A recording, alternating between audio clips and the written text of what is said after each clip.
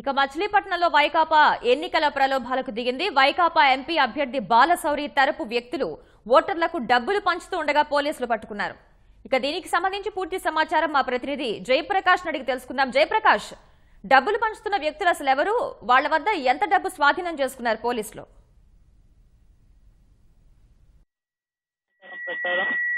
మచిలీపట్నంలో వైకాపా అభ్యర్థి ఎంపీసీకి ఎవరైతే పోటీ చేస్తున్నారో ఆ అభ్యర్థికి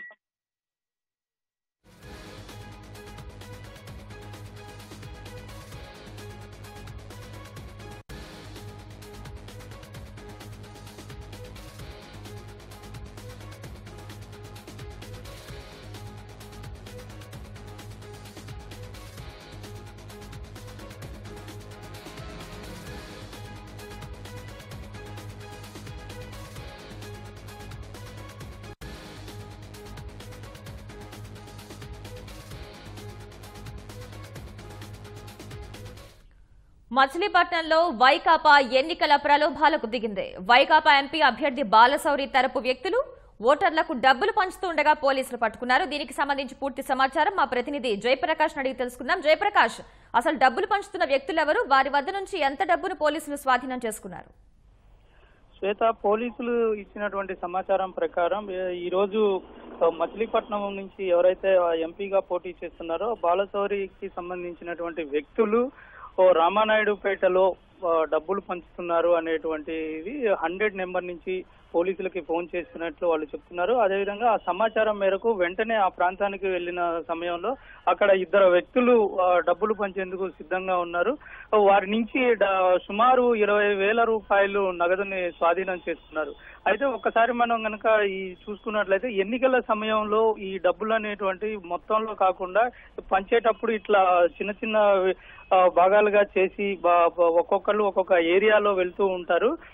తక్కువ అమౌంట్ అయినా సరే ఇది ఖచ్చితంగా ఎన్నికలకు సంబంధించి ఓటర్లని ప్రలోభ పెట్టేందుకు జరుగుతుంది అనేటువంటిది ప్రాథమిక నిర్ధారణకు వచ్చినటువంటి పోలీసులు వారి దగ్గర డబ్బు దొరికింది. అయితే ఆ డబ్బు దానికి వాళ్ళు ఎక్కడి నుంచి తీసుకొచ్చారు, ఎవరు తెచ్చారు అనేటువంటిది కనీసం వాళ్ళు దానికి సంబంధించిన వివరాలు ఏమీ చెప్పలేదు. ముఖ్యంగా అమౌంట్ తక్కువ అయినా సరే దానికి సంబంధించిన వివరాలు చెప్పనందుకు ముందుగా అక్కడికి తీసుకెళ్లారు. ఆ తర్వాత వారు వైకాపాకి సంబంధించినటువంటి అభ్యర్థులు అనేటువంటిది ప్రాథమిక నిర్ధారణకు వచ్చారు. దీంతో పూర్తి సమాచారం అయితే తెలుసుకుంటున్నారు. తెలుసుకున్న తర్వాత వారిపైన ఖచ్చితంగా కేసు నమోదు చేస్తారు. ఒకసారి కనుక మన జిల్లా వ్యాప్తంగా సినారియో తీసుకున్నట్లయితే ఇప్పటి వరకు ఈ అక్రమంగా తరలించటము, ఆ తర్వాత ప్రలోభాలకు లోను చేసి ఈ విధంగా పంచటము, ఇటువంటి నేపథ్యంలోనే సుమారు జిల్లా వ్యాప్తంగా 2.2 కోట్లు పట్టుకున్నట్టు ఎస్పీ మనకి చెప్పారు. ఈ విధంగా ఇందులో ఉన్నటువంటి వ్యక్తులు వివిధ పార్టీలకి సంబంధించిన వ్యక్తులు అయి ఉండొచ్చు. అయితే వైకాపాకి సంబంధించినట్టు మనం ఒకసారి కనుక తీసుకున్నట్లయితే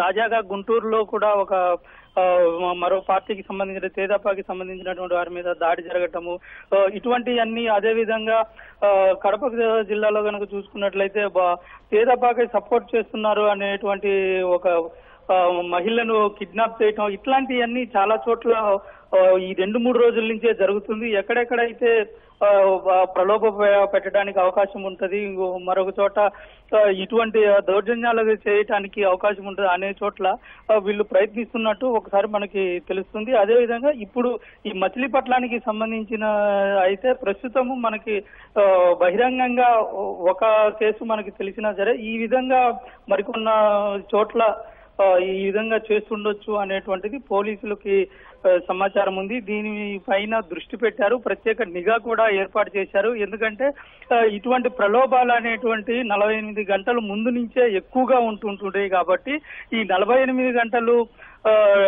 పైపెచ్చు ఇప్పటికి ఇంకా మరికొన్ని గంటలు తగ్గుతూ వస్తుంది. కాబట్టి ఈ రోజు రాత్రి ఇటువంటి ప్రలోభాలపైన ప్రత్యేక నిఘా ఉంచడమే కాకుండా ఓటర్లు స్థానికులకు కూడా పోలీసులు సమాచారం ఇస్తున్నారు.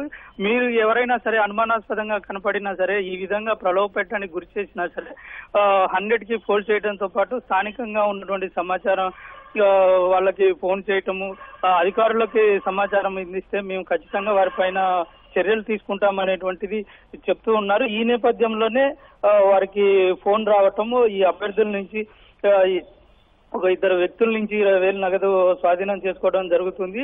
ప్రలోభాలకి గురి చేస్తున్నటువంటిది మనకి ఇప్పుడు స్పష్టంగా అర్థమవుతుంది. దీనిపైన పోలీసులు ఇంకా లోతుగా దర్యాప్తు చేసి ఈ విధంగా ఎక్కడెక్కడ ప్రలోభాలకు గురి చేస్తున్నారో అనేటువంటిది పూర్తి చర్యలు తీసుకోవడానికి జరుగుతున్నాయి.